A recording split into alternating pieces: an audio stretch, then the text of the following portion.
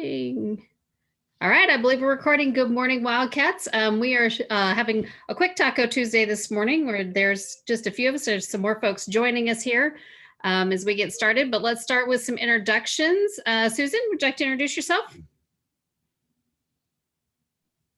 Hi, I'm Susan Holthouse. I'm the principal at Grandview Elementary. Julie. Hi, I'm Julie Jensen. I'm the Executive Director of Curriculum for the school district. And Doug. Good morning, Doug Jensen, Executive Director of Technology. Welcome. Good morning, Chad.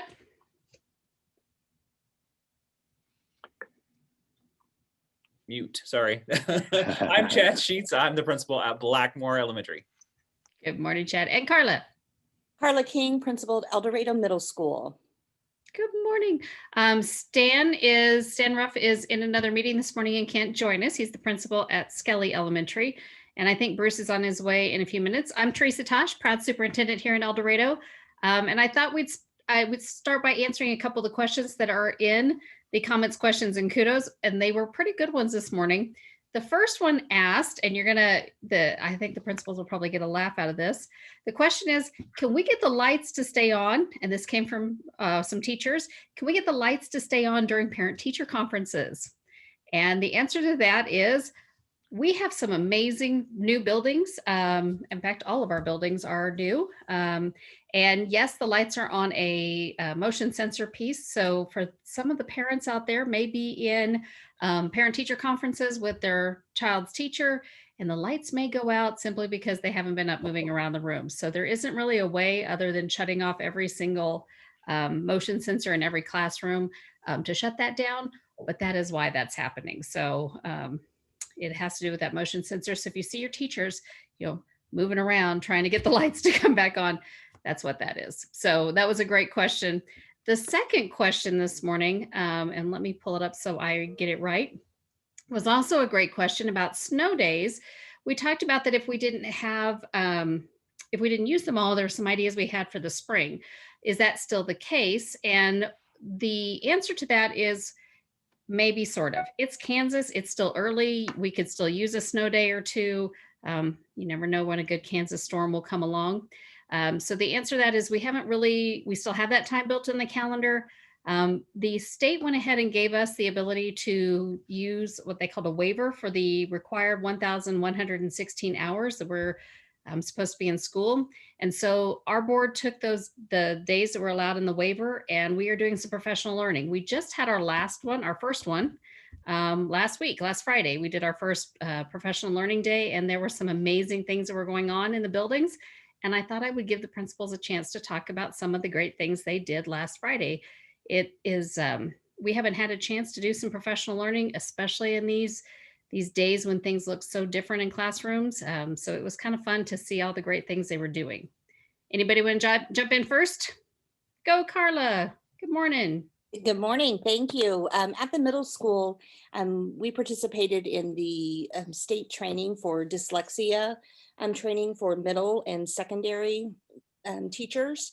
It was awesome. It was talking about vocabulary and how important that is in teaching as we go through different types of meanings of words. And it was just an excellent training. And it covered every content area. So when we think about reading, we assume that most kids at the middle and high school level already have those skills, but as we learn more and more, that is not always the case. There are some things down in the lower levels that they might have missed. Maybe they weren't developmentally ready for learning that instruction. So this the state initiative for dyslexia training encourages us all to take part in that ability for kids to be able to read. Vocabulary is a huge piece of that at the secondary level. If you are reading a passage and you come to words you do not understand, that can impact what you're learning or what you're not learning. So it was a great training. Then in the afternoon, we did some things with capturing kids' hearts. We also went over our state assessment training. Every teacher in para who works in our building has to be trained. So we did that. And then we had a little bit of time for department meetings. So middle school was a great day of learning. Awesome, thank you. Who else? I'll go. We have to echo a lot of what Mrs. King just shared that happened at the middle school. We also had state assessment training. We did take some time for capturing kids' hearts, which is new for our district and buildings this year. And so that was great to have the opportunity to dive in and dig a little deeper to our learning and how we apply that with our kids and with our staff. And then we spent a majority of the time in the afternoon working on small group reading instruction. We did have a little bit of the phonemic awareness training, the phonological awareness training that Mrs. King also mentioned. We did that with support staff. All of our teachers had that from Mrs. Pierce earlier this month, or last month, I guess, since we're in February now.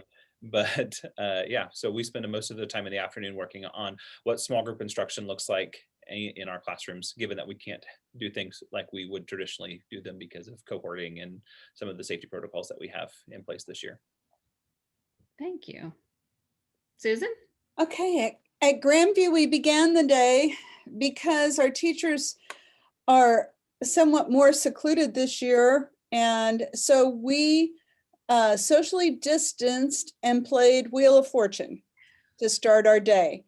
And so it was a fun team builder. We had a little bit of competition. They were working for our little high five pins and jean certificates. Those were the prizes. We had 3 groups, and then they had the championship round. And so we had some fun to begin. Then we split into 2 groups and received the phonemic awareness and phonological training from Miss Pierce that we were unable to get in the month before. And she presented that in a very, very thorough way to support our structured literacy program. So we split into pre-K through 2nd grade. And while we were doing that, 3rd through 5th were collaborating. And then we flopped it in the afternoon. It was great for the paras and aides to get that training. They usually aren't here when that occurs. And so it was fabulous for them because they often work with small groups of students as well. And then in the afternoon, we also had enough time to do building committee meetings. So our PBIS committee got to meet, our social committee got to meet, our building leadership team met, and there was one more, our Read Week committee got to meet, and then we wrapped up at the end of the day with everyone. So it was a very valuable day to us. Awesome. Okay, and Bruce, thanks for joining us this morning. Welcome. Sorry, I was a little late. On Friday, we started our day. First off, we've, as most parents are aware of high school students, we altered our daily schedule this year because of the potential of having hybrid, and a hybrid and an alternating block don't play nice together. So we switched to a 4x4 block. Our intention was never that would be our new schedule, but it has sparked some conversation. So we spent the first part of our day talking about that. I had sent out some information to parents and students and staff and asked for some feedback. And so we went over some of that feedback, talked about what our options were, and then I gave them an opportunity to provide some more feedback based on those conversations and the data that we had received. We then dove into, I gave our faculty the same, they could choose to go to the dyslexia training that Mrs. King mentioned, and many of my staff members did choose that and found it very valuable as well, as hers did. But I also gave them an option to do a passion project, something that they wanted to really work on in their classroom or something for the school. And we had a variety of different things from teachers providing alternate lighting to sending affirmations out to staff members and decorating our gym for a student section, since our students aren't able to come to our events. So we had a lot of teachers who really dove in and just spent 3 hours working on something that they felt really passionate about for their classroom and for their students to make El Dorado High School a better place. Then after lunch, we met with our paras. touched base with them. We don't get an opportunity to do that very often. So we did take an opportunity to, as an administrative staff, to meet with our paras and get some feedback from them. And they also had the option to, and many of them did do the dyslexia training as well. So in the morning they had done that, and then we met with them. Then we too did our state assessment security training as everyone else had done, along with preparing our counselors prepared our teachers for our enrollment conferences, which we'll be doing for conferences next week. Will be done for the purpose of enrollment. And we're doing some things very differently this year, including the middle school, and we're trying to coordinate with them, which has been a bit of a challenge for both staffs to come together on that. So we spent some time preparing for that and getting the teachers then ready to meet with parents and students about what their enrollment process was going to look like. And then just like Mrs. King, we finished off with some department time and let the teachers collaborate and work on some things that they needed to work on. So it was a tremendously productive day. We got a lot of things accomplished that we really needed to at our building level, and met some of the district needs as well. So very valuable day for all of us. And Bruce, isn't there a meeting tonight? There is a parent meeting tonight at 8 o'clock for those rising freshmen, the current 8th grade parents, at 7 o'clock tonight via Zoom. Mrs. Sample will be talking about that information. And so thank you for reminding me, Mrs. King. Yes, we need to get that information out there. Any parents of 8th graders should have received a message from School Messenger on that. And we will also be posting it on our My Passion Project was a social media. So we're trying to make our social media presence a little bit more consistent at the high school level. So we'll have that posted on our Facebook page and our Twitter feed, as well as something about that on Instagram as well, so that you can get to that. Awesome. So yeah, it was a greatly productive day. We appreciated all the energy and support and fun that went into that day. Julie, did you want to talk a little bit about, we have state assessments. You heard a couple people talking about state assessment training. And yes, we are doing state assessments this year. And the one new piece is for anybody who's on remote, they will probably have to be here. So I know the plans aren't definite yet, and we'll still be working on those. But Julie, do you want to tag on that and share anything that they might need to know?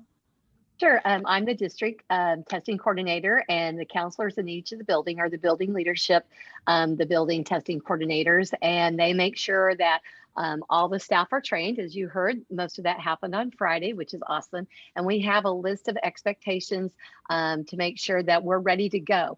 State assessments start on April 1st. They go through May 18th. Each building will set up a schedule of when that happens. Our students are already prepared with the curriculum that is taught in the district.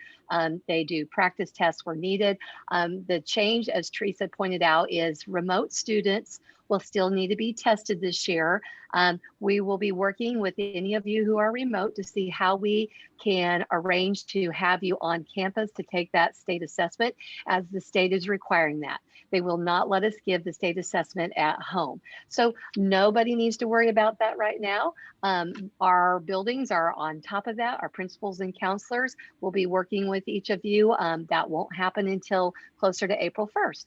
So yes, we get to see where we're at and see the good things that our students are doing and work to keep them moving forward. So if you have any questions, always return to your principals or your counselors. Thank you, Julie. And thank you for I know that's not an easy effort to get all the buildings state assessmenting all at the same time. That is a technical term, state assessmenting. That's probably going to go down in the book somewhere right there. Any questions out there in the chat or Q&A? Put those in there if you have them. If not, anything else before we go from anybody? Because there's just one thing I would like to share that happened on Friday. And I really wanted to, there's a question about, that's a great question, decisions on summer school and what that will look like. That will go to the board next week.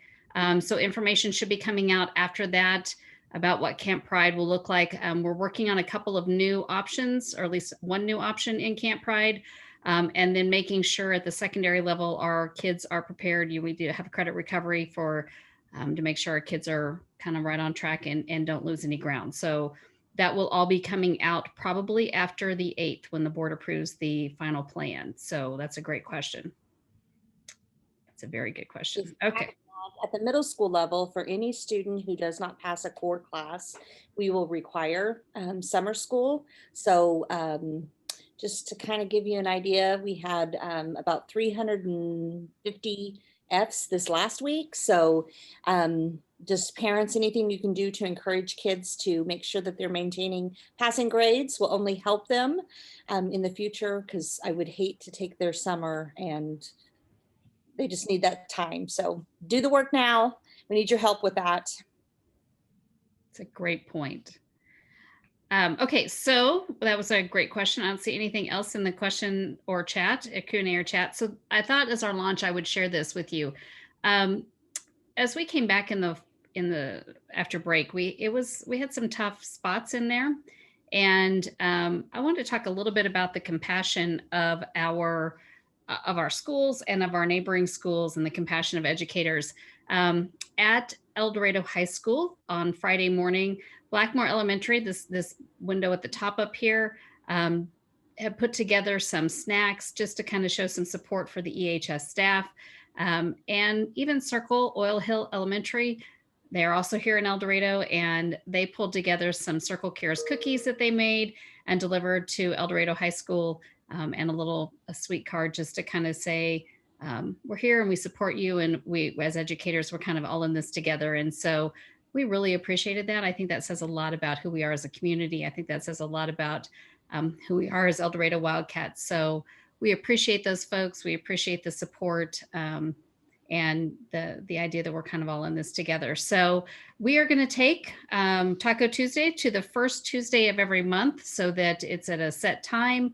We're always willing to pick it up more often if something comes up that we need to jump in there with. But right now we're going to go to the first Tuesday of every month so that you can come see us. And thank you for joining us. Have a great day, and go Wildcats. See y'all later. Take care. Bye.